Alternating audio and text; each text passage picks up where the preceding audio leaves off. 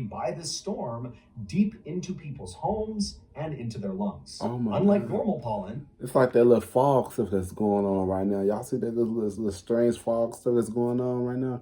It's like whoever's controlling the weather, they smart. They know what they doing with this weather, bro.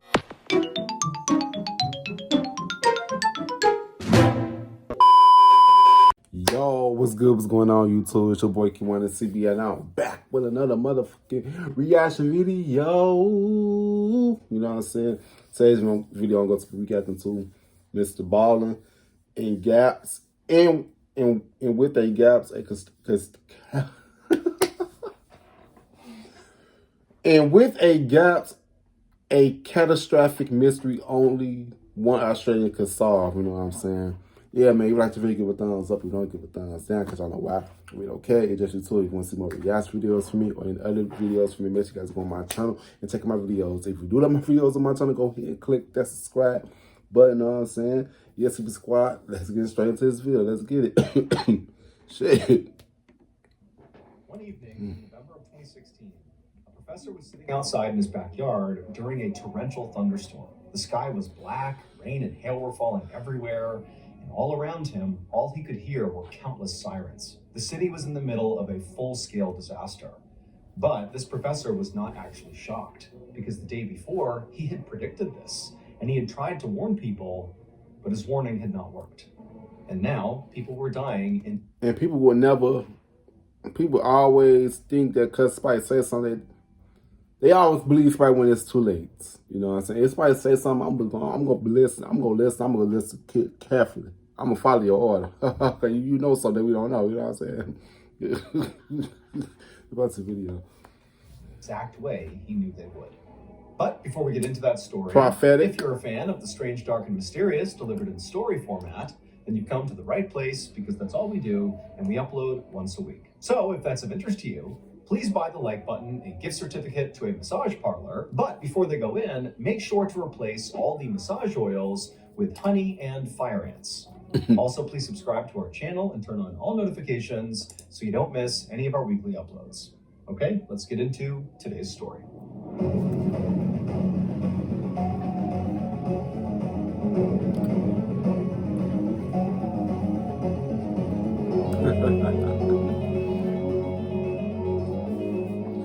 Gasp.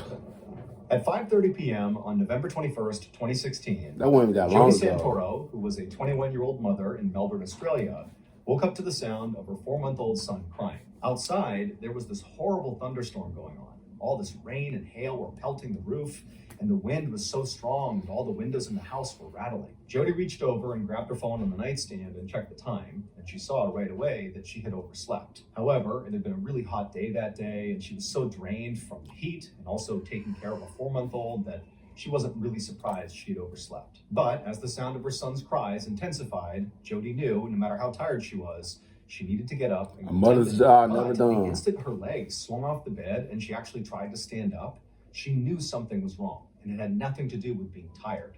She had this incredible sense of dizziness come over her, and then her chest suddenly tightened up to the point where she could barely even breathe in. She found herself grabbing the bed just to steady herself. However, as alarming as this was, Jody didn't panic. She knew this feeling. She had been dealing with asthma for years, and she knew this was the start of an asthma attack. And so Jody reached over for her inhaler on the nightstand. She picked it up, brought it to her lips, pressed it down, and then took in a measured breath of the medication, expecting to pretty much immediately feel relief, but she didn't. The inhaler wasn't working. Jody again pressed down the inhaler harder this time and took a bigger breath in, hoping that a bit more medication might do the trick. But again, it just was not working. And so now, with panic rising inside of her, she's, still struggling to breathe. Her son is still freaking out and she can't tend to him. And all she was thinking is, I have to get my nebulizer, which is basically a more robust version of an inhaler. It provides more medication more quickly into your body. However, the nebulizer, which was just over in her closet, required some setup. And she knew she felt so frantic right now and she was shaking so much that she didn't think she'd be able to set it up or even set it up in time before she passed out. Just then, her fiance walked into the bedroom, drawn there by the sound of their son crying. But the second he walked in, his attention was not on their son, it was instead on Jody, who by now was clutching the bed and kind of hobbled over and very clearly having some sort of medical emergency. Jody turned to him and began to say, "I can't breathe." But her fiance already knew she had asthma. He knew what these attacks looked like. And so without even needing to be told, he rushed to the closet, set up her nebulizer, and then put the mask right over her face. And as soon as it was, Jody took in the biggest inhale she possibly could, really believing this was going to stop the asthma attack.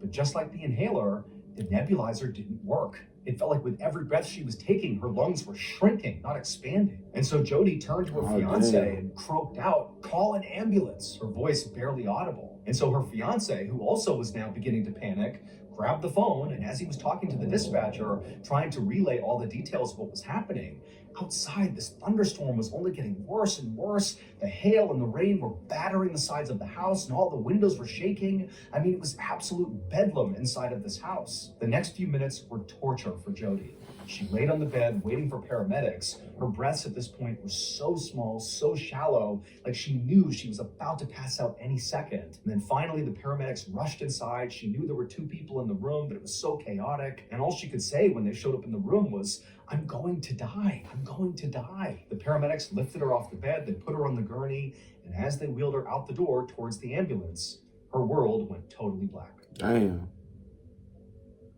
That's fucked up. We're all looking for a fresh start this time of the year. Whether it's trying to eat better or lose weight, we all have some bad habits we're trying to stop and some good habits we're trying to start. Well, make worry.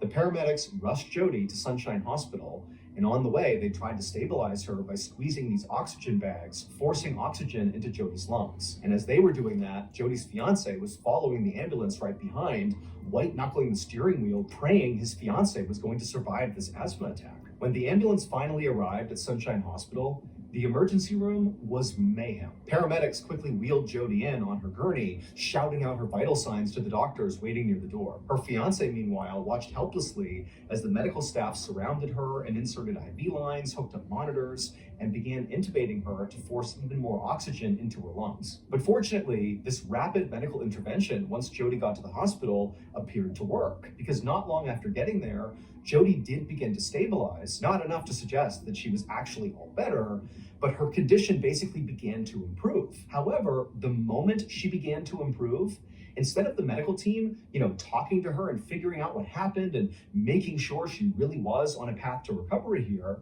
instead, the medical team literally ran out of her room, back out to the front of the ER, because by this point, the Sunshine Hospital ER was overflowing with patients. There were all these people in the waiting room and also outside, and basically everybody had the same symptoms as Jody. They couldn't breathe. There were people slumped on the ground against the wall, screaming for help.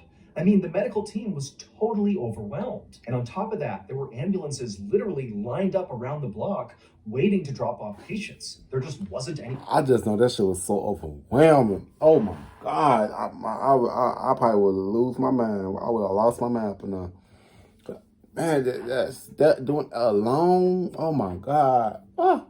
So many people. Like, yeah. But I'm not gonna lie. If I was in that situation, I wouldn't panic though. Because I got patience, you know what I'm saying? And I love helping people. But yeah. Face. But nonetheless, doctors and nurses and the medical team at the hospital. Well, it's kind of to save people's life. Yeah, I got patience for that. Sometimes in an exam room, sometimes out in the waiting room, sometimes outside. It's wherever the patients were. But the weird thing is all these people, they had the same symptoms, these severe asthma attacks. Yet many of the people that were showing up had never had asthma in their lives before. So how was this happening? This went on for hours and hours. And really, the situation in the hospital only continued to get worse, with more and more patients showing up with worse and worse symptoms. And so during this madness, Jody, who really hadn't gotten better, she just stabilized. She actually was moved out of the emergency room and over to the ICU, pretty much just to create one more space for new patients. And so in the ICU, Jody's fiance sat next to her, gripping her hand, listening to the sound of the monitors beeping steadily all around her. Outside the room, he could see doctors and nurses and medical staff sprinting up and down the hallways, looking frantic and worried. He had no idea what was happening here. He just hoped Jody would. That sound like, you know what this sound like though? The C-19 outbreak, you know what I'm saying? Like the movie Contagion. It's like a movie. You know what I'm saying? When people say life is like a movie, life is like a movie. You know what I'm saying? Yeah, that's the video. Okay. But it would turn out there actually was someone who knew exactly what was going on. A university researcher named Philip Taylor had actually predicted this the day before. Professor Taylor was an expert in atmospheric allergens, a field so niche that barely anybody outside of his small research circle had even heard of it. And so on the afternoon of November 20th, the day before, Taylor had been at home in his office analyzing data when he noticed something very alarming. All of the ingredients for a catastrophic event were aligning in the forecast, and the patterns were so precise that it stopped him cold. Taylor was stunned. He'd spent years studying the effects of weather on public health, but he'd never seen anything like this before. And at the same time, Taylor also realized that as alarming as this was, very few other people, if anybody, would see this as a problem. He was like the one person in the world that had the expertise to see how catastrophic this might actually be. And so desperate to warn others, he wound up posting a very urgent announcement on this weather website that he managed. But unfortunately, it just wasn't seen by enough people in time. And so now, as hospitals all across Melbourne overflowed with people gasping for air, Taylor sat in his backyard watching the storm unfold. The sky was pitch black, rain and hail was coming down, the wind was whipping, and off in the distance, all he could hear was thunder and sirens. And he knew, unfortunately, his prediction had been right. Just like Professor Taylor's weather models had predicted, on November 21st, 2016, Melbourne, Australia was hit by an extremely rare event known as thunderstorm asthma. This deadly phenomenon can only occur when three very specific weather conditions align. 1, high heat during the day. 2, a very powerful thunderstorm. And 3, extremely high pollen levels. Melbourne's heat that day had caused unusually high concentrations of ryegrass pollen to hang. That's new. I never heard of that. When the thunderstorm rolled in, the intense humidity, the wind, and the rain shattered the pollen grains into microscopic fragments. And then these tiny particles, which were way smaller than regular pollen, were carried by this storm deep into people's homes and into their lungs. Unlike normal pollen. It's like that little fog stuff that's going on right now. Y'all see that little strange fog stuff that's going on right now? It's like whoever's controlling the weather, they smart. They know what they doing with this weather, bro. Like a lot of all these videos I've been watching, reacting to, coincidentally, the weather or whatever the condition of the weather is making people sick. You know what I'm saying? It's just strange, man. For real, man. Like everybody is just need to stay prayed up, man. Stay protected, man. For real. These microscopic fragments bypassed the body's typical defenses and embedded themselves deep into people's lungs, causing severe and sudden asthma attacks. Now, for people who already had asthma, this was catastrophic. But even perfectly healthy people found themselves gasping for air, overwhelmed by the sheer density of this microscopic pollen. The storm had essentially made the air everybody in Melbourne was breathing deadly. As for Jody Santoro, she would spend days in the ICU, hooked up to monitors, with machines pumping oxygen into her lungs, while her body fought to heal.